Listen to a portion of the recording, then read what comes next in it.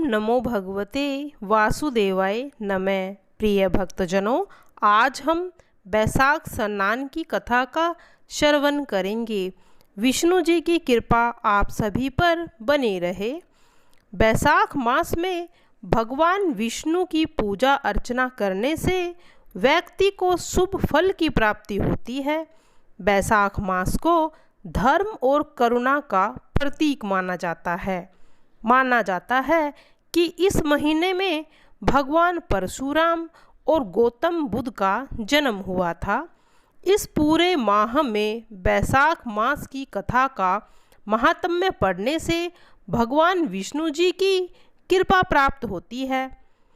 सुत जी कहते हैं, नारद के वचन सुनकर राज ऋषि अम्बरीश ने विस्मित होकर कहा, महामुने, आप मार्गशीर्ष आदि पवित्र महीनों को छोड़कर बैसाख मास की इतनी प्रशंसा क्यों करते हैं?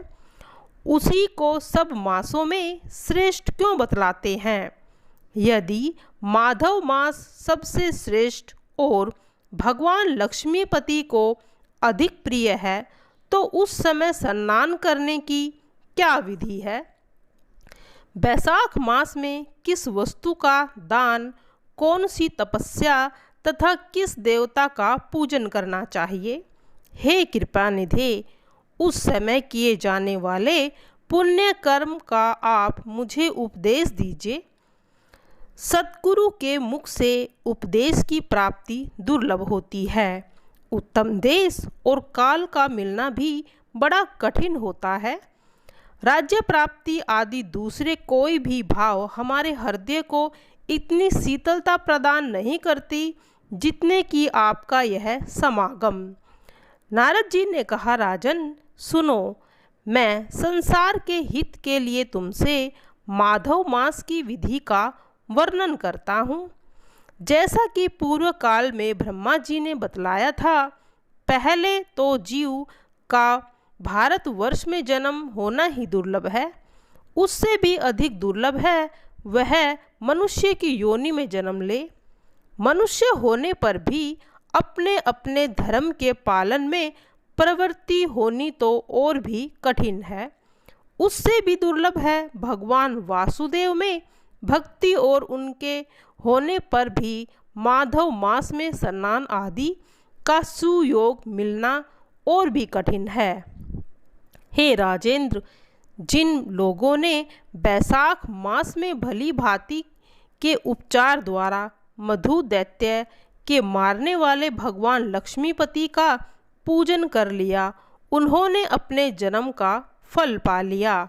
भला कौन सी ऐसी अत्यंत दुर्लभ वस्तु है जो बैसाख माह के स्नान तथा विधि पूर्वक भगवान के पूजन से प्राप्त नहीं होती? जिन्होंने दान, होम, जप, तीर्थ में प्राण त्याग तथा संपूर्ण पापों का नाश करने वाले भगवान श्री नारायण का ध्यान नहीं किया, उन मनुष्य का जन्म इस संसार में व्यर्थ ही समझना चाहिए। जो धन के रहते हुए भी कंजूसी करता है, दान आदि किए बिना ही मर जाता है, उसका धन व्यर्थ है। राजन, उत्तम कुल में जन्म, अच्छी मृत्यु, श्रेष्ठ भोग, सुख सदा दान करने से अधिक प्रसन्नता, उदारता तथा उत्तम धैर्य, ये सब कुछ भगवान विष्णु की कृपा से ही प्राप्त होते हैं। महात्मा नारायण के अनुग्रह से ही मनोवांछित सिद्धियाँ मिलती हैं। जो कार्तिक मास में, माघ मास में तथा माधव को प्रिय लगने वाले बैसाख मास में स्नान करके मधुहंता लक्ष्मीपति दामोदर की विशेष विधि के साथ भक्ति पूर्वक पूजा करता है और अपनी शक्ति के अनुसार दान देता है, वह मनुष्य इस लोक का सुख भोग कर अंत में श्री हरि के पद को प्राप्त होता है। भूप जैसे सूर्य उदय होने पर अंधकार नष्ट हो जाता है, उसी प्रकार बैसाख मास में प्रातः स्नान करने से अनेक जन्मों की उपार्जित पाप राशि नष्ट हो जाती है। यह बात ब्रह्मा जी ने मुझे बताई थी। भगवान श्री विष्णु ने माधव मास की महिमा का विशेष प्रचार किया। अतः इस महीने के आने पर मनुष्य को पवित्र करने वाले पुण्य जल से परिपूर्ण गंगा तीर्थ, नर्मदा तीर्थ, यमुना तीर्थ तथा सरस्वती तीर्थ में सूर्य उदय से पहले स्नान करके भगवान मुकुंद की पूजा करनी चाहिए। इससे तपस्या का फल भोगने के पश्चात अक्षय स्वर्ग की प्राप्ति होती है। भगवान श्री नारायण अनामय रोग व्याधि से रहित करते हैं। उन गोविंद देव की आराधना करके तुम भगवान का पद प्राप्त कर लोगे। राजन, देव आदि देव लक्ष्मीपति पापों को नाश करने वाले हैं। उन्हें नमस्कार करके चैत्र की पूर्णिमा को इस व्रत का आरंभ करना चाहिए। व्रत लेने वाले पुरुष यमनियों का पालन करे, शक्ति के अनुसार कुछ दान दे, हविष अन्य भोजन करे, भूमि पर सोए, ब्रह्मचर्य व्रत में दृढ़ता पूर्वक स्थित रहे तथा हृदय में भगवान श्री हरि का ध्यान करते हुए कृच्छ आदि तपस्याओं के द्वारा शरीर को सुखाएं। इस प्रकार नियम से रहकर जब बैसाख की पूर्णिमा आए उस दिन मधु और तिल आदि का दान करना चाहिए। श्रेष्ठ ब्राह्मणों को भक्ति पूर्वक भोजन कराना चाहिए। उन्हें दक्षिणा हेतु धेनु दान दे और बैसाख स्नान के व्रत में जो भी कुछ गलतियां हो उसकी पूर्णता के लिए ब्राह्मणों से प्रार्थना करें। भूपाल, जिस प्रकार लक्ष्मी जी जगदीश्वर माधव की प्रिया है, उसी प्रकार माधव मास भी मधुसूदन को बहुत प्रिय है। इस तरह उपरोक्त नियमों का पालन पूर्वक 12 वर्षों तक बैसाख स्नान करके अंत में मधुसूदन की प्रसन्नता के लिए अपनी शक्ति के अनुसार व्रत का उद्यापन करे। अमरीश पूर्व काल में ब्रह्मा जी के मुख से मैंने जो कुछ सुना था वह सब बैसाख मास का महात्म्य मैंने तुम्हें बता दिया है। अमरीश ने पूछा, मुने, स्नान में परिश्रम तो बहुत थोड़ा है, फिर भी उससे अत्यंत दुर्लभ फल की प्राप्ति होती है। मुझे इस पर विश्वास क्यों नहीं होता? मुझे मोह क्यों हो रहा है? नारद जी ने कहा, राजन, तुम्हारा संदेह ठीक है। थोड़े से परिश्रम के द्वारा महान फल की प्राप्ति असंभव ही बात है। यद्यपि इस पर विश्वास करो, क्योंकि यह ब्रह्मा जी की बताई हुई बात है। धर्म की गति सूक्ष्म होती है, उसे समझने में बड़े बड़े पुरुषों को भी कठिनाई होती है। श्री हरि की शक्ति अचिंतनीय है। उनकी कृति में विद्वानों को भी मोह हो जाता है और विश्वामित्र आदि क्षत्रिय थे, किंतु धर्म का अधिक अनुष्ठान करने के कारण वे ब्रह्मत्व को प्राप्त कर लेते हैं। धर्म की गति अत्यंत सूक्ष्म है। भूपाल, तुमने सुना होगा अजामिल अपनी धर्मपत्नी का परित्याग करके सदा पाप के मार्ग पर चलता था। यद्यपि मृत्यु के पश्चात उसने केवल पुत्र के स्नेहवश नारायण कहकर पुकारा, पुत्र का चिंतन करके नारायण का नाम लिया था।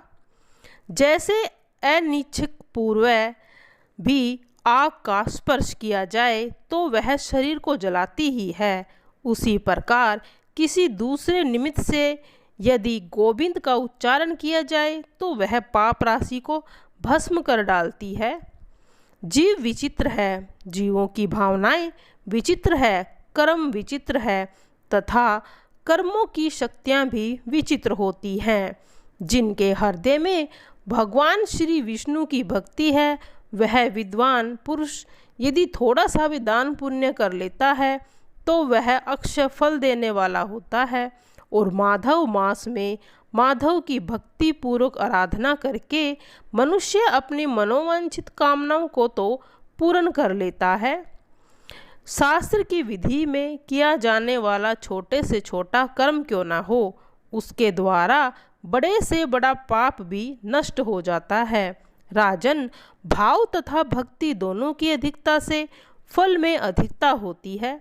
धर्म की गति सूक्ष्म और कई प्रकार से जानी जाती है। महाराज, जो भाव से हीन, जिसके हृदय में उत्तम भाव एवं भगवान की भक्ति नहीं, वह अच्छे देश तथा काल में जा जाकर जीवन भर पवित्र गंगा जल से नहाता है और दान देता रहे तो भी वह कभी शुद्ध नहीं हो सकता।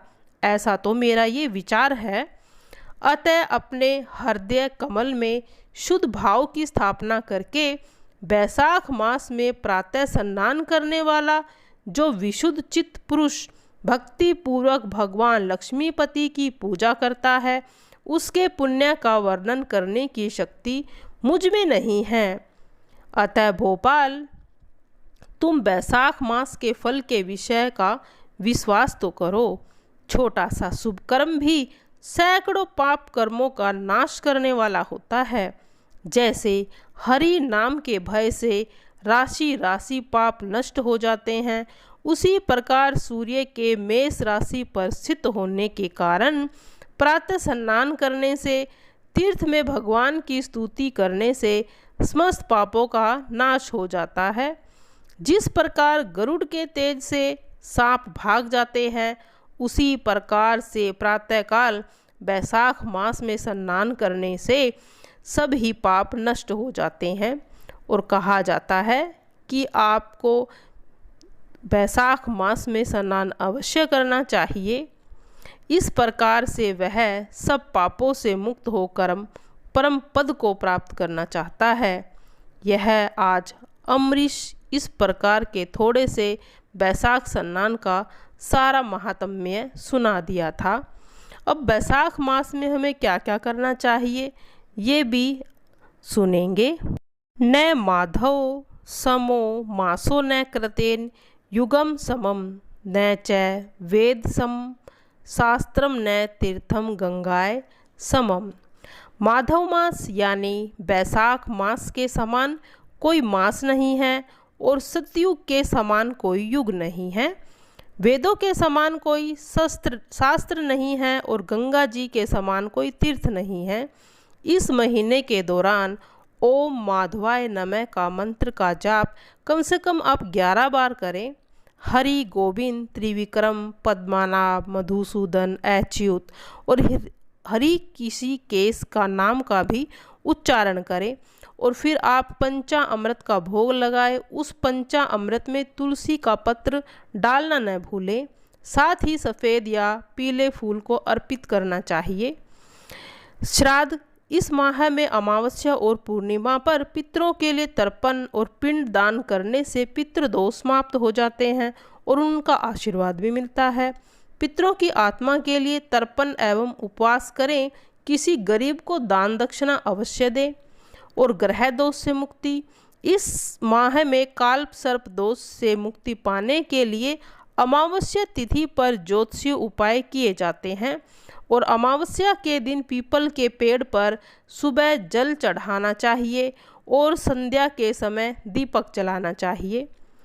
शनि दोष से भी मुक्ति, शनि से मुक्ति दक्षिण भारत में बैसाख मास पर शनि जयंती मनाई जाती है और बैसाख अमावस्या पर शनि जयंती भी मनाई जाती है। इसीलिए शनि देव को तिल, तेल, पुष्प आदि काले तिल भी चढ़ाएं। और सभी प्रकार के संकटों की मुक्ति के लिए बैसाख मास का कथा का श्रवण करना चाहिए। गीता का पाठ अवश्य करना चाहिए। और जो कार्य ना करो, बैसाख मास पर भूमि पर ही सोएं, एक समय भोजन करें। इससे भी किसी तरह का भी अगर रोग है शरीर में वह नष्ट हो जाते हैं। बैसाख माह में नया तेल लगाना चाहिए। इस माह में तेल और तली हुई जो चीज़ होती है उनका परहेज़ करना चाहिए। बैसाख मास में तेल लगाना, दिन में सोना, कांस्य पात्र में भोजन आदि करना, खाट पर सोना और नहाना, निषिद्ध पदार्थों का खाना, ये इस प्रकार से त्याग देना चाहिए। अब आइए एक छोटी सी कथा सुनते हैं इसमें। प्राचीन समय में धर्मवर्ण नाम के एक द्विज हुआ करते थे। वे बहुत धर्मपरायण थे। एक बार उन्होंने किसी महात्मा के मुख से सुना कि कलयुग में भगवान विष्णु के नाम का स्मरण करने से ज़्यादा पुण्य किसी भी कार्य में नहीं है। और धर्मवर ने इस बात को आत्मसात कर लिया और सांसारिक जीवन छोड़कर संन्यास लेकर भ्रमण करने लगा। एक दिन भ्रमण करते हुए वह पितृलोक में पहुँचे। वहाँ धर्मवर ने देखा कि उनके पितृ बहुत कष्ट में हैं। पितरों ने उन्हें बताया कि उनकी ऐसी हालत तुम्हारे संन्यास के कारण है, क्योंकि अब उनके लिए पिंड दान करने वाला तो कोई शेष ही नहीं है। यदि तुम वापस जाकर गृहस्थ जीवन की शुरुआत करो, संतान उत्पन्न करो, तो हमें राहत मिल सकती है। साथ ही बैसाख अमावस्या के दिन विधि विधान से पिंड दान करने से धर्मवर्ण ने उन्हें वचन दिया कि वह उनकी इच्छाओं को जरूर पूरा करेगा। इसके बाद धर्मवर्ण ने सन्यासी जीवन छोड़कर पुनः सांसारिक जीवन को अपनाया और बैसाख अमावस्या पर विधि विधान से पिंड दान कर अपने पितरों को मुक्ति दिलाई थी। ओम नमो भगवते वासुदेवाय नमः। यदि प्रिय भक्तजनों, यदि अब आपको हमारी वीडियो अच्छी लगी हो तो वीडियो को लाइक और चैनल को सब्सक्राइब जरूर कीजिएगा।